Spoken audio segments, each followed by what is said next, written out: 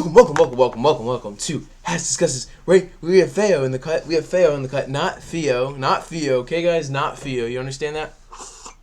And he's burning up or puffing up, whatever you want to call it. And we're gonna be doing another episode of HASSDISCUSSES. I'm gonna be interviewing this guy, and he's been schooling me on hella shit. He's been schooling me on hella types of music, and he's trying to help me with my music, and I really respect him, and he's like showing a lot of love to my music and stuff like that.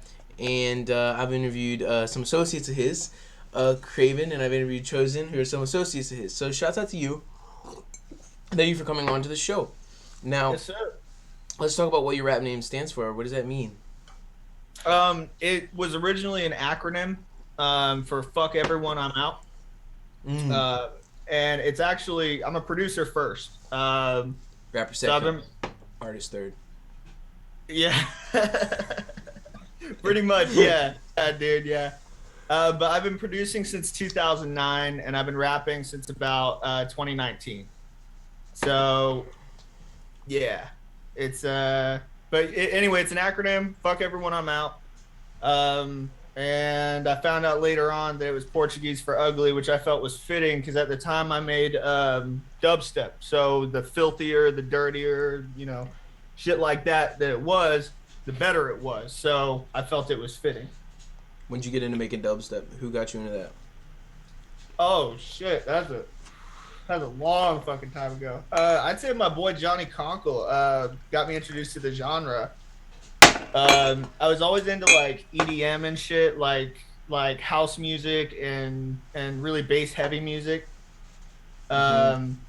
But he got me into it, and then a local DJ handed me a thumb drive with FL Studio for my 16th birthday. What a G. Yeah.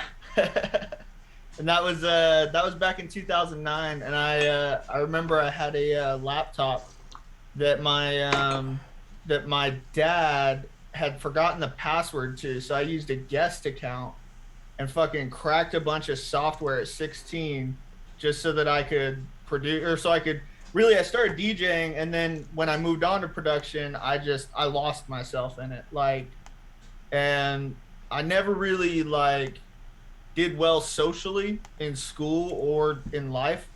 So I never learned the traditional ways. For the first 10 years, I refused to learn much of anything from anyone. And I just cut myself off from the world when my genre died, because it did. It became played out and commercialized and destroyed in about 2012. And those YouTube channels. Yeah.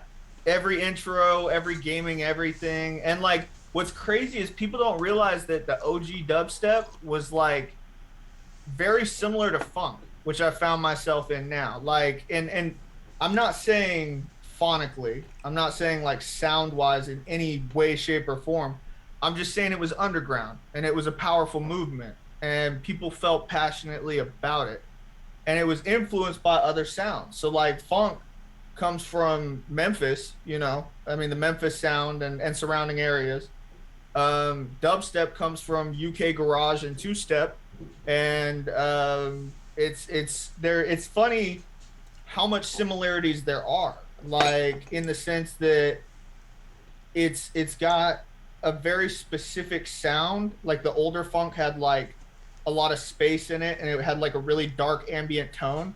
Yes. And so did the original dubstep before it became commercialized. And what worries me, and I'm a guest in funk, period. I don't, as we were saying earlier, I don't know my way around funk. I don't know funk artists. I was only introduced because of some of my associates.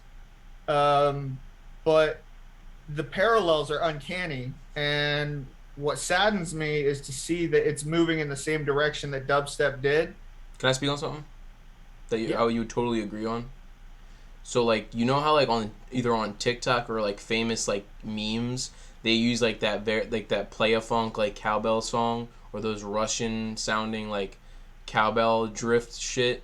I think drift music is a step in the wrong direction, to be frank. And I think that's a kind of an example of when a dubstep song would blow up. Right. Back then, 10 years ago, it would be it would just be used in this cheap, quick fashion. Yep. I think as And that's what you're getting at. Yeah. yeah, exactly. And that's what happens, dude, is like people people gravitate towards what's hot at the time. And it's like that's why I feel that I like dwell in this genre, even though I'm not like one of them, if that makes sense. Yeah. Like I'm not a funk rapper, I'm not a funk producer. I've never made a funk track. Even when I work with funk artists, I'm not making funk music. Like I'm bending the barriers and Like a skirt. yeah, like with Skirt, for real. That's a whole we could do a whole interview on that dude. That's my boy, man. But as far as my roots go, yeah, I take a lot from dubstep. I take a lot from I didn't start making hip hop until about 2019. I did branch out from dubstep to glitch hop, house music, trap music, in the sense that it wasn't like trap like what 3 6 Mafia made. You know what I mean? Or like Yeah. old stuff like that. It was like trap in the EDM sense. So like Yes, Oiki. yes, that's what I listened to before. Yes, before I started listening. I mean, I always listened to trap music in the sense where I would be listening to like Carter, like old like Lil Wayne and like old like 3 6 or whatever, or just like old shit like Lex Luger produced shit like Waka. But then when my brother sort of put me on to like dubstep, he also put me on to like a lot of trap music in a sense where you would go to there would be like there's like certain YouTube channels that would have like really good songs on it. There would like be like Kaolo was like you would just look for a song that had a really good beat drop, and there would be like Kaolo, like there's trap music. The I think it's like Trap City. Is that one of the YouTube accounts? Yeah, that's a good one. Yeah, I like Bass City more. And there's been a lot of derivatives of that style of music since that have come out that are very intricate, very like different subgenres. Like, and there's so many hidden gems. Like, and really, that's what sparks my ear is it's not like what sounds good. It's what sounds different. What sounds new? What is a new sound, so to speak? That's what inspires me. So there's plenty of good music out there. Like I feel that there's a bit of a spectrum between engineered and underground. You know what I mean? Like that falls somewhere in the middle, and then there's the shit that's just not even on the spectrum. That creates its own sound, like Decap. I mean, Decap is in with the mainstream artists. He's created a whole new sound called Future Knock, and it's amazing. And like I incorporate a lot of his drum kits in my work because it punches through the mix, and it's very I'll dirty it up because it's so heavily engineered. You know what I mean? Like but Monty Booker is another one that's really under. I mean, he's more well known now, but when I found him, he was very unknown, and it's just the use of perks, the use of like it's all about creating a vibe, creating an environment, something where you can like really just forget about how fucked up life is, and just you know what I mean. That's what music is to me. Is real expression, creating comfort. right? Or discomfort. You know what I mean? Like specifically with the stuff I do, I find myself comforted by darkness, by dissonance, by things that would make anyone else uncomfortable. Like recently, I did a little bit of a delve into the Caretaker. I don't know if you're familiar with that. Everywhere at the End of Time. What's that? It's a producer who distorted old music and made what a lot of people call a dementia simulator. It creates the effect of getting dementia. And it's 6 hours long to listen to all six or all, I can't remember if it's 3 or 6 albums, but I made it 3 hours in. And at a certain point, I actually just phased my mind out and started writing. And I ended up writing How Are You, the song I did with Craven, in its entirety to that dementia simulator. That's fucking crazy. Like, is it just like a bunch of like weird sounds? Like what does it mean? it creates a nostalgia of sounds you have never heard, but you feel as if you've heard them. It's almost like if you wanted to get a quick summary of it, the most lucid moment in the whole thing is a song called it's "The Caretaker Everywhere at the End of Time." And actually, with Backseat Clique, me, DJ Filler, and Skirt, DJ Filler and Skirt, when they first linked up, they did a track um, called Shoots and Ladders. And it has become quite literally in my top 5 favorite songs of all time. And DJ Filler actually sampled Everywhere at the End of Time by The Caretaker.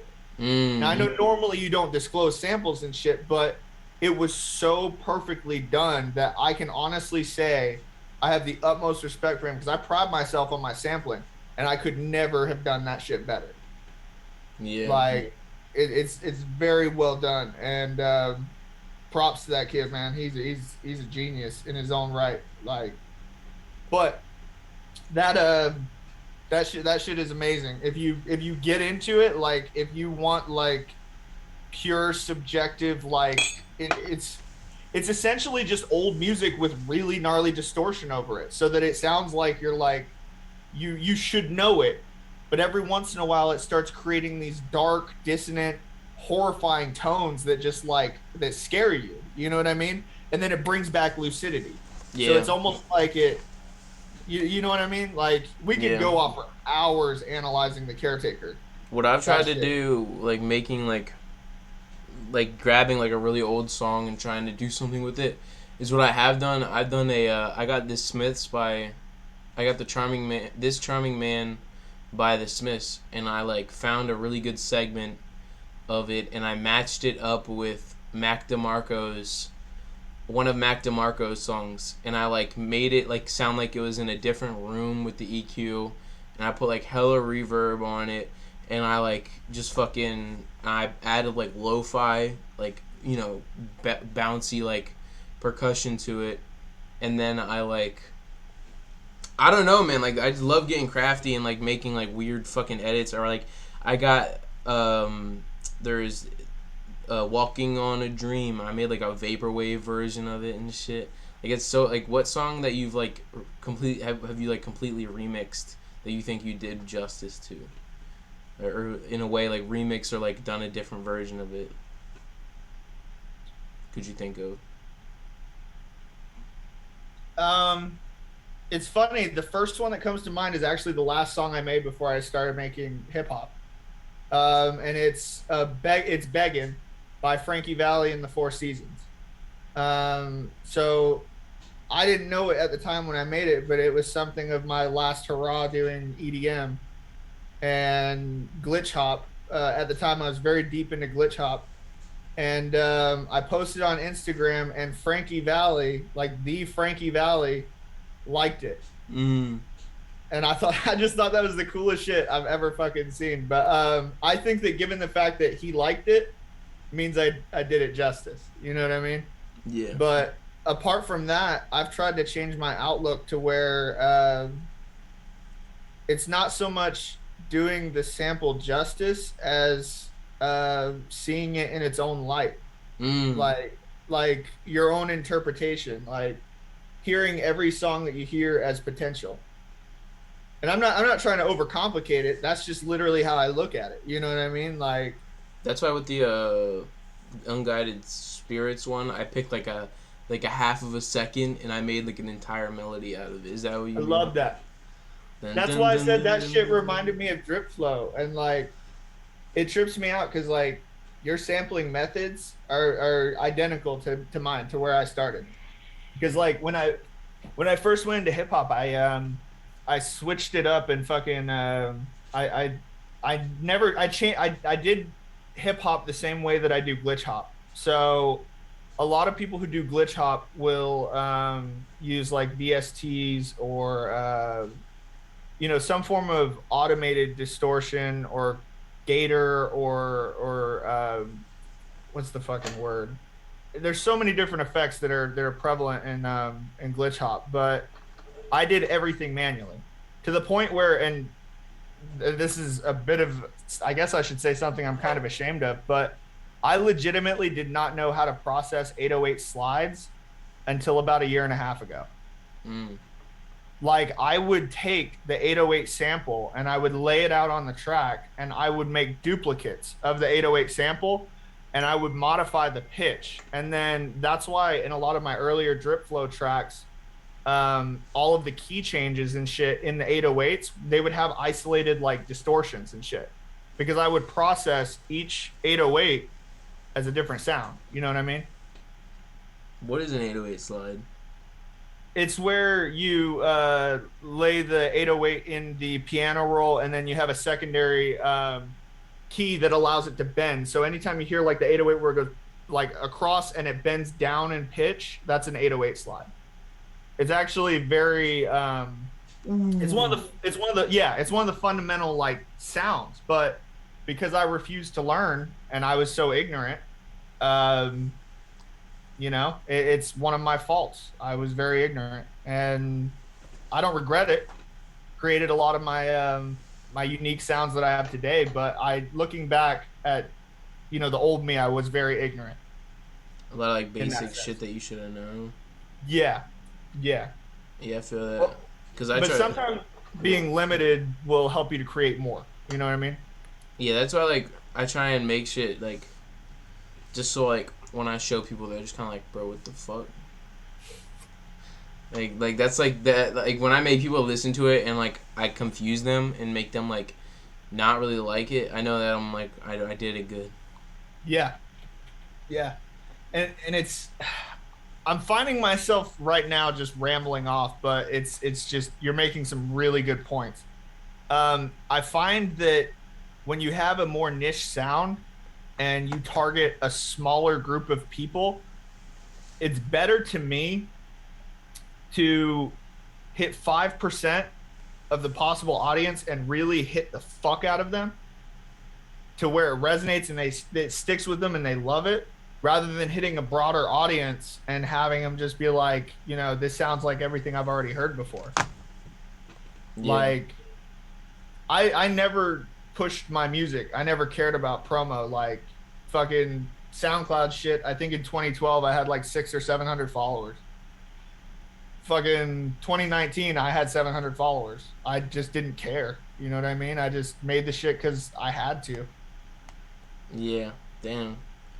You know what I mean? Like I don't really do promo either. I just kind of like send it to people that I know would appreciate it, and everybody else that just like I don't know. Like it's so hard to, it's so crazy to see like people around me like locally just like make shit. And you could probably see this in Florida because I know. Wait, you're not from Florida. Craven's from Florida. Shit, fuck. But I'm saying I'm coastal, but yeah, there's no music scene where I'm at. I'm remote, dog. But you can see how like there's certain areas where everybody in that area sounds like.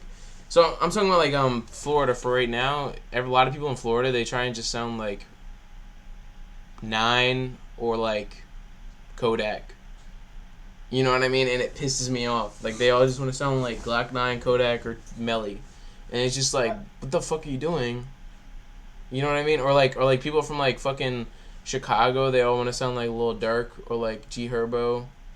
You know that shit. Yeah. Like, that shit really sickens me. You know what I'm saying? And it's just like, I'd rather people make like a niche type of thing than like fucking, I don't know, just a lot of shit pisses me off. Like this motherfucker. No, I get it. Like it makes perfect sense. The production too. Like they're all trying to sound like Nick Mira. Like I'm telling you, Nick Mira ruined music. Do you know who that is? Man, music's been ruined every fucking 5 years. No, I don't know who that is. There's a lot of people I don't know. Let me tell you what song he produced. You'll be like, oh god, these fucking songs. Lucid Dreams, Bandit, Smile, Ransom, Ransom by Lil Tecca, Fuck Love by X66, All Girls Are the Same, Lean With It, Rock With It, like, Tell Me. Nah, he's got some good songs, but they're all just like fucking like I'm telling you, like Juice WRLD just made it so like all kids just want to sound like him, and all the kids that try and sound like Juice WRLD, they haven't even listened to 808s and Heartbreaks. Like I literally know some like 13-year-old kid who makes all his music sound like Juice WRLD, and I ask him like, "Yo, have you listened to 808s and Heartbreaks?" And they're like, "What's that?"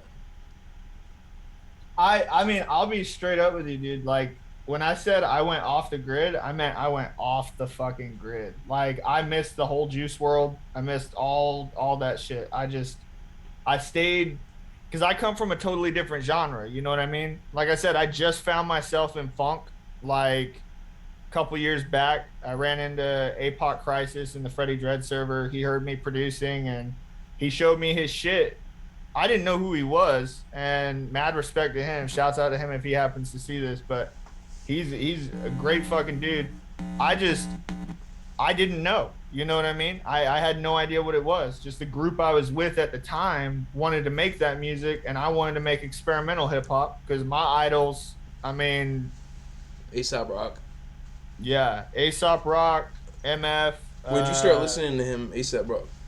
Shit, long fucking time ago, bro. MF Doom, I listened to before A$AP. MF Doom, I will never forget. I was in like 7th grade, bro.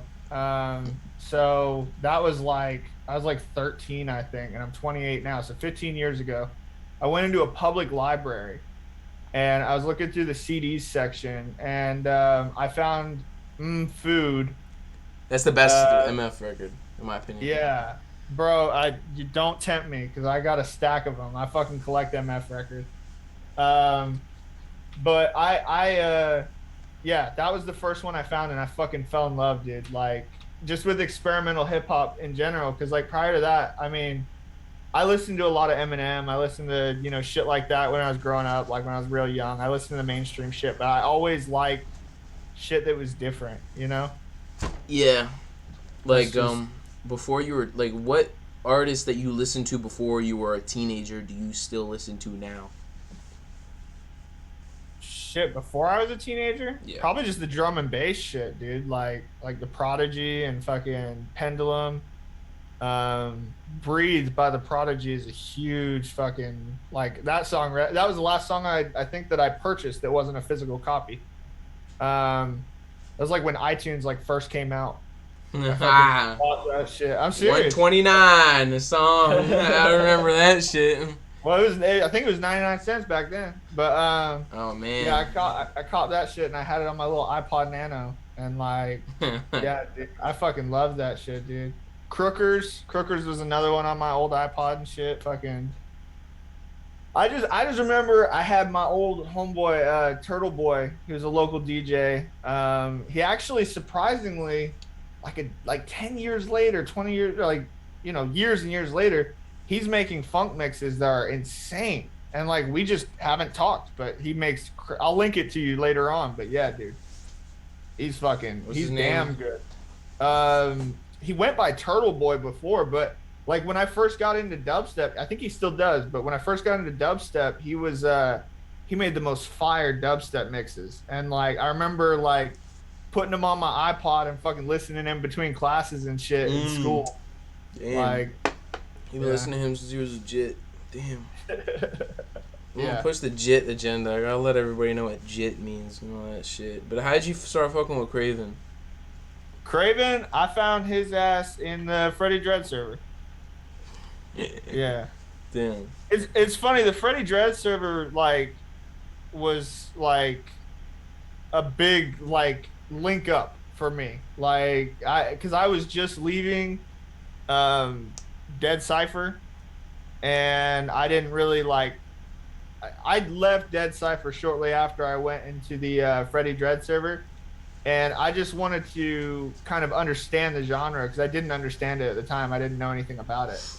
And I just started networking and talking with people. And I've learned a lot about it since. I'd say my favorite, I don't even know if he's classified as funk, but I'd say my favorite artist in that genre is probably Lil Ugly Mane. If not Skirt. You're right, he is funk, yeah. Yeah, so Lil Ugly Mane and Skirt, I hold them in the same regard, and that's a big deal. My top 5 funk artists would be Jay Green, Lil Ugly Mane, Space Ghost Pert, um, DJ Akoza, and and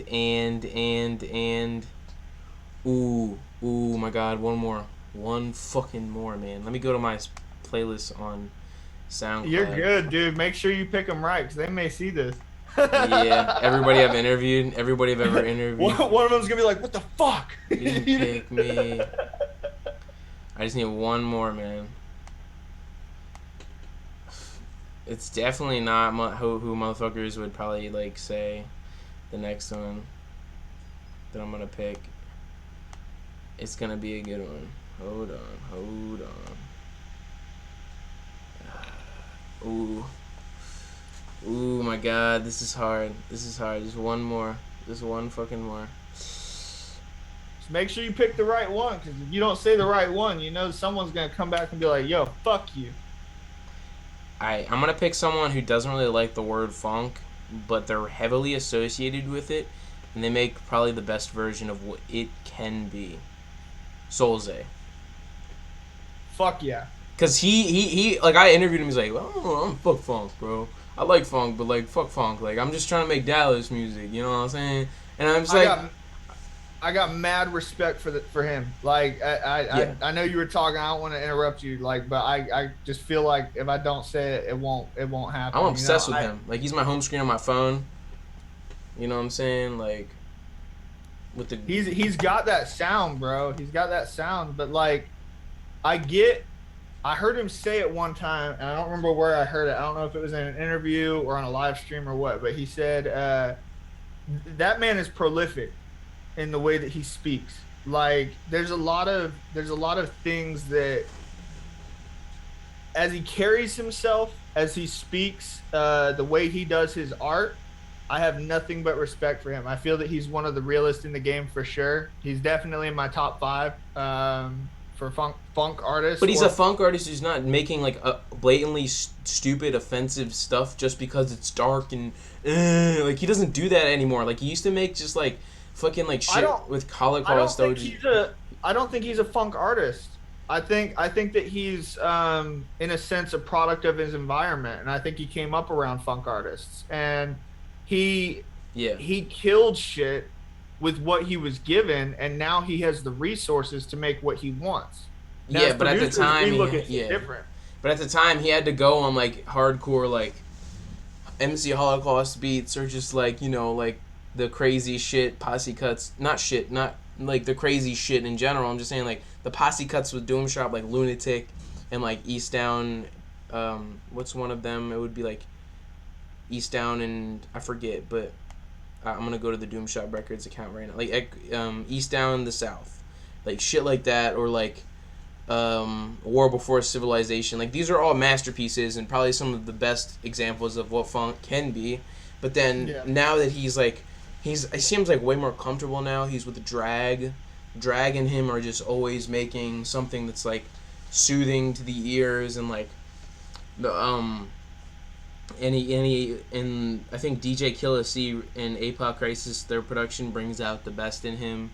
But I think nowhere, and he's never worked as good as, I think he's the best that he's worked with.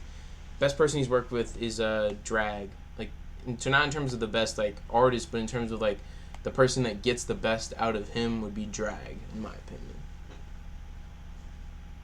I'd say for my top 5, and this is just me being completely honest. I ain't trying to like dick ride or no shit like that. Like, I'd say my number 1, looking back and looking at all the discographies and shit, number 1 would be Kurt Cobain.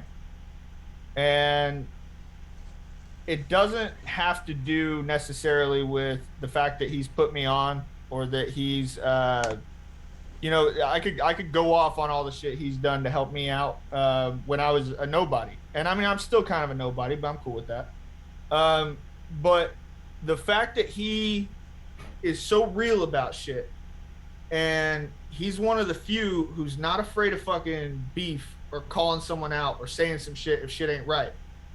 And I respect the fuck out of that, because like, there's not a lot of people in this game right now who will even verbalize. Like they'll record some shit and put it out. I've had diss tracks on me before. There's people who will talk shit on Twitter, type the shit out, but when you fucking commit to saying some shit to someone, you better follow it up, and at least have a conversation. You know what I mean? Yeah. Like, I think we live in the day and age where you should at least have a conversation, and that's one thing I can respect about him. So I'd say he's my number one. And that's not even that's withholding everything that man's done working with me. You know what I mean? Like, he's treated me as an equal from day one, and that's fucking unheard of. You know what I mean? Yeah. Now, number two, I gotta say Ugly Mane, just because of wordplay. I mean, and I'm not even talking classic wordplay. I'm talking the shit he just dropped. Like, and if you dig into his unknown shit, Bedwetter is unfucking fathomable. That is my favorite shit. His alias Bedwetter. And if you haven't heard that, you need to. I like the shit that he's done as Sean Kemp. Like, he has a project with Nicholas F. I really enjoy. See, and he's just a rabbit hole, man. And there's so much to get from him. Inspirational, yeah. I do plan on, like, I'm already rapping now, but I do plan on doing, like, hella, like, different names and shit. Because I think it's important for people to, like, make different types of shit. And you don't have to do a different name the whole time, but you get what I mean? Yeah. Like, just to fuck around. And I think he's the king of, like, making, I don't know if it's a career for him. Maybe it is, maybe it's not. But just making a discography of just fucking around.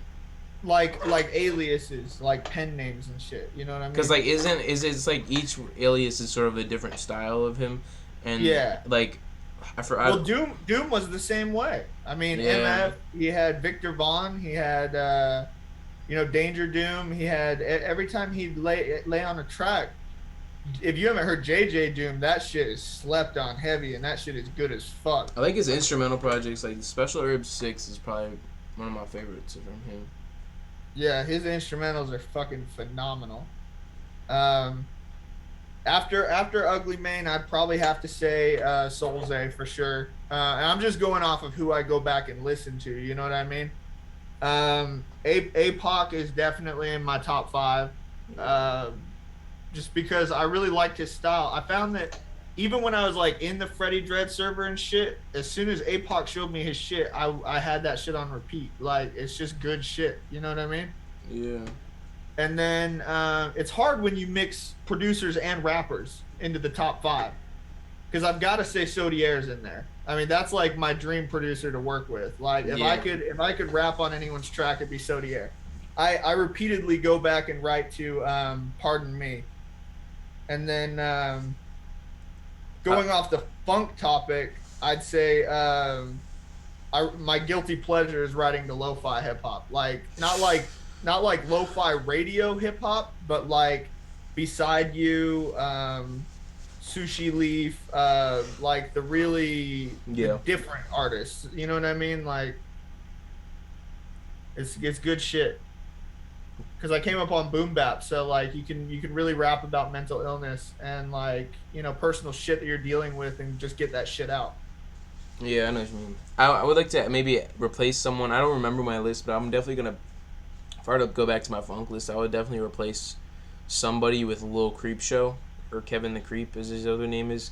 He runs Sick Records, and he's put out so many instrumental projects that are just like all masterpieces.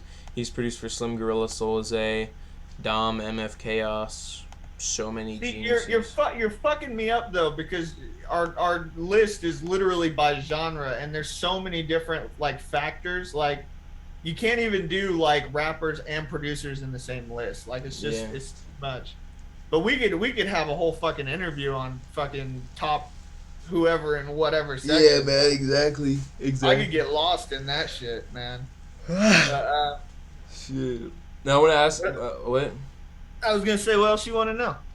Oh, yeah, what collaboration albums have been your favorite to make? Fuck. Or singles? Just so you understand, I guess, I've dropped more collaborations than I can fucking count. in more genres than I could count. So I would really have to do that by genre. I would honestly say probably, I mean, I'd have to withhold Skirt because I've done more work with Skirt in the past year than I have with anyone. So I'm going to be biased in that sense. Um, Apart from Skirt, I'd say Polo Joe. And his name doesn't get brought up often, but he is one of my closest friends. I found his ass on Repost Exchange like in about 2019, I think, the end of the year 2019. And I just hit him up and I was like, bro, let me produce for you. And we just started making music. And he's been a ride or die from the start. But he's not. He does like, the best way I could explain it is like fucking Cali rap, like just not giving a fuck, just like drugged out, fucking having a great time. And like we we got together and wanted to do a track because we were, like I said, I found myself in funk. So we reached out to Roz Dilliams, who was one of my favorite producers or rappers at the time, and one of Polo's too, because they were both very monotonous. Um, so we reached out to him. We got a feature from him, and we dropped it. And oh shit, sorry, dogs are barking. Um, I know we probably can't pause, but it's gonna be tough to stop. Anyway, long story short, we ended up dropping that a week before he was outed. Yeah. So someone just put a slander piece on someone I interviewed named Big Flame, and I did like a whole episode with the MK Ultra Bruce, kind of like shitting, like just kind of like talking about the whole situation and shit. And basically what I'm saying is like one of the things that the person who made the slander piece wrote, they brought up a clip from my podcast with him where he says, shouts out to Roz Dilliams, I work with him. And I don't even know who he was when I interviewed him. And then he's like, this is thing of Big Flame still working with Roz Dilliams after the cancellation, and here a text message that he doesn't care about what he did and all this shit. I didn't know about it until I saw the slander piece, and I hit up the person who made the slander piece about the artist, and I was like, yo, thanks for using my stuff. I'm sorry you had to go through that. Because this person had been like disrespected a lot by this person and used to work with this person. I don't know, I'm just saying like I think there's because I didn't know Roz Dilliams as a person. I never communicated with him. My friend actually did all the communication between them. I liked his music, and it may be a taboo topic, but I still like his music. I think it's a very tough thing to do, but it's. I'm trying to think of this in like an analytical sense. So I went through this this time period where I was trying to process the concept of separating the art from the artist. Yeah, I do that. And it's very tough to do that because a lot of times you'll have, really shitty art from a really beautiful person, or really beautiful art from a really shitty person. And sometimes you need to just sit back and look at what has been created and kind of just,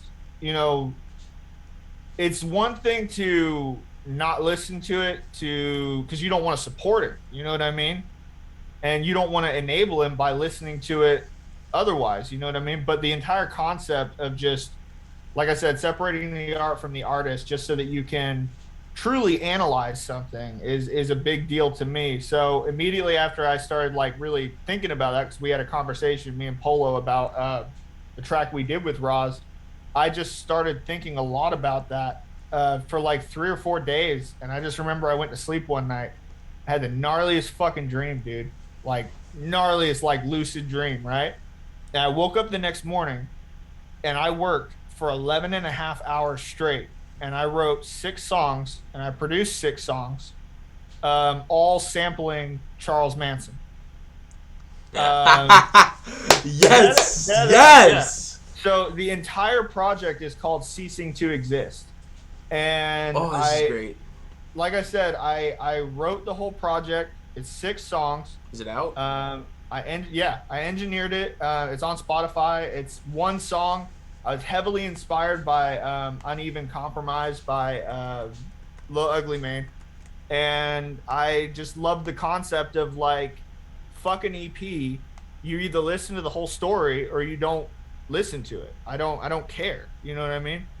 So ceasing to exist is a journey through separation of the art and artist. And everything I write is very real. Um, I don't rap about a gun unless I own it. I don't, any anger I write about in a song is very real. Any beefs that I have, I'll air them out in a track. I'll call someone out by name. It's not meant to be disrespect. It's just meant to be real. Yeah. I posted some shit on my Instagram yesterday, and it holds very true to me. I want, and they aren't my words. I just heard them and they resonated with me. But I want all of my enemies to eat well, just not at my table. You know what I mean? I won't slander someone, but I'll call someone out for I call a spade a spade. You know what I mean? Like, I'm gonna say what's on my mind, because music is expression, and without that, or with a filter, what the fuck do you have? You know what I mean? It's I just, know what you mean. Yeah. that's why I do this. So, I've been wronged by plenty of people. I've been annoyed by plenty of people, and just lost respect for plenty of people, and I just don't fuck with them. So I just keep a tight circle, no disrespect to them, and a couple of them will probably watch this, but Shouts good out luck. to your circle. Shouts out to your circle though. Yeah, Seems pretty for good. real. And like, and I feel I would love to say the names towards the end of all the people that have supported me, but yeah, man, fuck a hater. Fuck a hater. Yeah, man. That's it.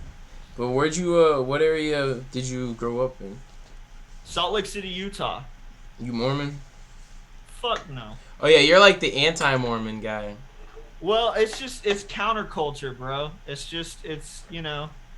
You grow up around a lot of really heavily religious people, and you find yourself in either with them or against them. Yeah. So that's who you kind of hung out with in high school. no, I mean, I hung out with plenty of Mormons. I hung out with plenty of people who weren't. It's just, I mean, they're very similar to Christians. It's weird, man. They have 3 books instead of 2. It's just they have slightly different beliefs. You know what I mean? It's weird as fuck. Yeah. Who has been like a mentor to you in like your career? Oh fuck! There's so many. Like, I mean, every step of the way, I'd say I've received help all along the road. I'd say my first mentor was Genetic Crew. I found him early on, about 2 years into producing, maybe 1 year into producing. I found this mixtape, sub-bass dubstep made in Germany, and Genetic Crew taught me how to make bass lines, like wobbles, from scratch.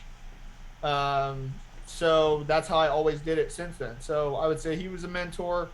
I would say I've learned a lot from plenty of engineers over the years, and just decided to not listen to them.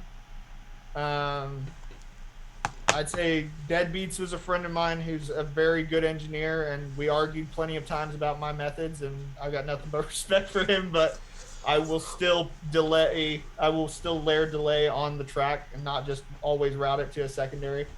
I mean, I'd say that every single artist I've worked with, in a sense, is a mentor to me, dude. I take something off of everyone. You know what I mean? I fucks with that.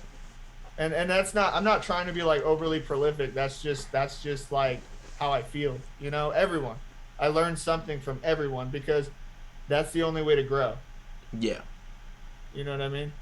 I fucks with that. Damn. What projects or singles do you have planned that aren't out yet that you can speak on? Fucking Backseat Clique, motherfucker. God damn, that shit is going. Ooh. So me and Skirt have started a group, Backseat Clique, and we are just going the fuck in, bro. Like, we literally got like 6 albums on the way. I know we said that on the live earlier when we were just shooting the shit, but like it is insane, bro. Like he is so open to doing different genres, and we have a different genre for every different album. And like we both have such an insane workflow because like I'll dump out like 10 beats a fucking week normally, you know what I mean? Yeah. And then writing, fuck, bro, I literally will compulsively write all day. Like I have something like 500 verses from the last like 2 years. Like my rhyme book is fucking endless. And then like linking up with him, that dude will kill any beat, like anything I send him. So we've got one tape under my drip flow genre that I've introduced you to a lot. Yes. We've got one with DJ Filler that's a collab tape. I know he's got a solo one with DJ Filler coming. Yeah, we've got our big one that we collab with Filler called Bonded by Betrayal. That's what I was trying to remember was the name of it. I've got one with DJ Filler coming, a solo one, and then and all of this shit is moving stupid fast. Like we have a whole tape coming with Mr. Evil. I think that's going to be the next one. He's a Ukrainian producer. Very, very fucking good, dude. And it's too many to count. It's too many to count. Like I've got an album coming with APOC Crisis. That's very near done. I'd say probably one song. Actually, if I end up doing that DJ mix after this interview, I'm gonna be leaking one, maybe 2 of the songs from the APOC album on there. Yeah, that's gonna be pretty nasty. I'm excited. It's gonna be dirty. It's gonna be dirty. Yeah. So I got a lot of shit. It's too much to even say. I have well over 20 albums on the way. Well, is there any like people you like to shout out or any announcements you like to make before we wrap this up? This is a great interview. I feel like it was just a conversation. I forgot we were fucking recording. Yeah, that's good. That's good. Yeah, dude, so fucking many. Like, I hope we can extend it just a second. Shouts out to Calvin Crime, first and foremost. That motherfucker backed me when I first started rapping. I think he deserves one of the heaviest shouts out of everyone. He goes well unknown, but that motherfucker, he deserves so much work. He's full-time producer. He's that's all he does. He's got a shit ton of stuff. If anyone needs any fucking beats, that dude will kill it. Shouts out to fucking Craven. Yes. Shouts out to 12 Gauge. That dude's fucking dope. Yeah, he's Shouts a really out to nice A-Pop. person. Literally, like, all the people who backed me. Shouts out to Skirt. Shouts out to fucking DJ Filler, Mr. Evil, every producer I've ever worked with. There's just too many, bro. I fucking network with so many people. I fucking love every one of them like a brother, dude. Baby Spoons, that dude kills shit. Polo Joe, fucking love Polo Joe. That's like one of my best friends. Fucking, it's. I could go on for days, bro, of all the people who fucking affected me and influenced me. And Drip Flow Radio. Yes. That's Shouts out to that. The Yeah. promo page and also channel and whatever. It's awesome. Everyone go check that out and the artist that he's posting about. And yeah, Chosen's gonna is featured on that shit. Shout out to Chosen. We gotta shout out Chosen. Shout out Chosen. Shout out Appalachia. Yeah. And thanks for coming on, man. This is a good interview. We're very Yes, sir. talking. I'm gonna get you on again with like Skirt and Craven probably. That's a big one. Me and you and Skirt need to get on when we're about to drop The Bonded by Backseat. Betrayal. The Backseat Clique shit. Yeah, because we're going to be going in heavy with that Backseat Clique shit, man. Like, fucking heavy. Like, the shit we have cooking is, I can't even... People tend to overhype shit, but this shit, I've stopped listening to music. I just play it on repeat. I fucking love it, dude. I'm excited to hear it, and I'll bug you for leaks later. But other than that, link in the description to your music, your social media, and thank you for coming on. Goodbye.